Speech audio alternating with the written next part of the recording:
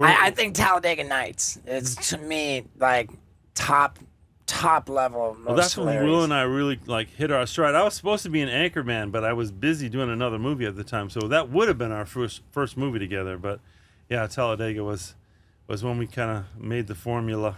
Was Talladega Nights your first like real like kind of irreverent comedy? Like you're kind of switch into that whole world? That is when people said that, but Talladega, I don't know how many movies I'd done at that point, but when Paul Anderson, who directed Boogie Nights, heard that, he's like, what are people talking about that they're surprised that you're funny? Didn't they see Boogie Nights? Because to him, there's a lot of comedy in Boogie Nights. There is, but it's like in general, like that's true. Yeah, the Paul Thomas Anderson movies are like they're like very artful, and it's like more of a but artful, but they also have large cocks in them. Large cocks, and they're super funny. Yeah, but like Talladega Nights, and then like Step Brothers, these are kind of like. It's sort of a different level of irreverence. Yeah, those movies would have been listed in the TV guide or whatever. Yeah. But Talladega Nights didn't feel to you like this is a risk I'm taking. I'm really branching out. No, that just felt like a. Look, people always ask me, do you like comedy better? Do you like drama better? And I'm like, I like being employed better. For sure. You can call it whatever you want. I'm going to commit wholeheartedly to it. If it's serious, we're making a drama. If it's ridiculous, we're making a comedy.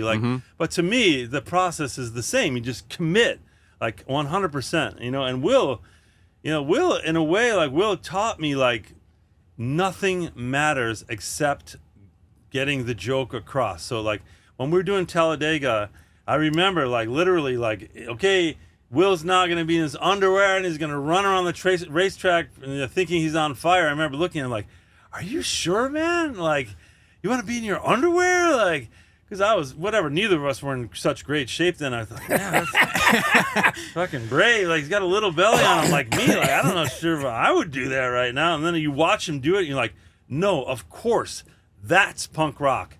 That's what you do. You fucking go for it. If you have to take off your underwear, you take off your underwear. Like, and Will is like ride or die like that. He will chase a joke from the very beginning to the very end. Like, he told me this amazing thing one time.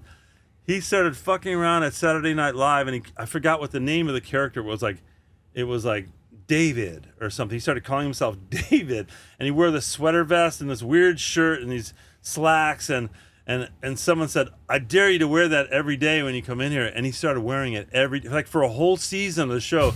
That's what he showed up to work in, dressed as David or whatever. And then there's this one famous story when Puff Daddy was on the show. He came in. It was like when he did that Godzilla movie cover with that Led Zeppelin riff in it. Mm-hmm. It was kind of lame in my opinion. I love Led Zeppelin, but I wasn't down with Puff Daddy's version. But he told SNL people, like, no one is allowed on the floor when I'm rehearsing. And everyone in the cast, including Will, was like, who the fuck do you think you are? Like, this is our house, bro. We walk where we want around here, like, but, the staff of the show was like, oh, no, we have to honor this. He's the musical guest.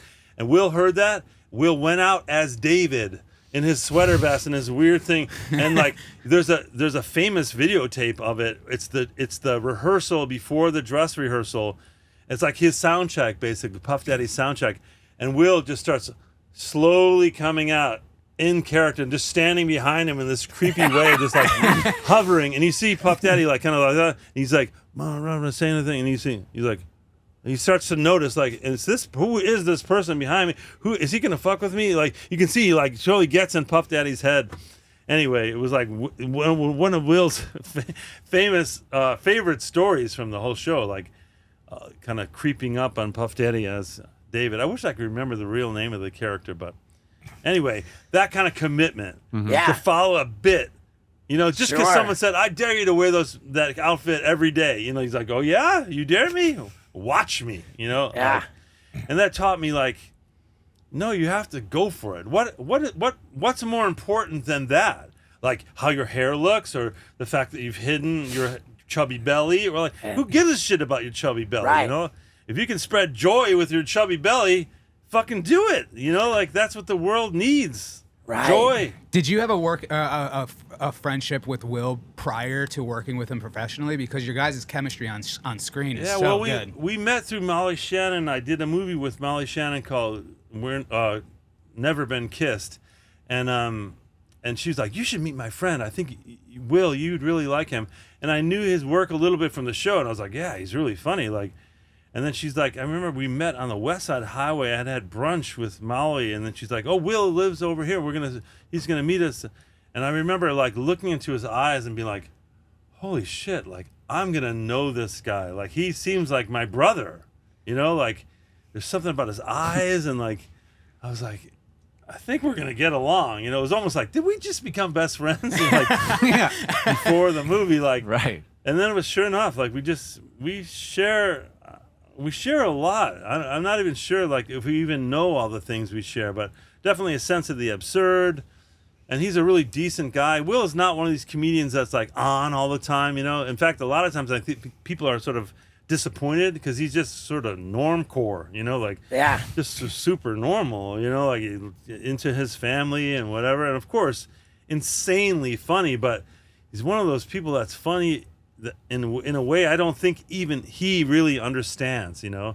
And I know that because his father, Lee, and his brother, Pat, are also funny in that same way. They're not, you know, comedians, or Pat has done some acting and was in Will's stage show, the George Bush show on Broadway. But Lee and Pat, you know, you just see it like, oh, you guys are just born this way. There's this some weird thing about you, like, where, like, you know, I'm an actor, you know, I'm not a comedian, I'm an actor.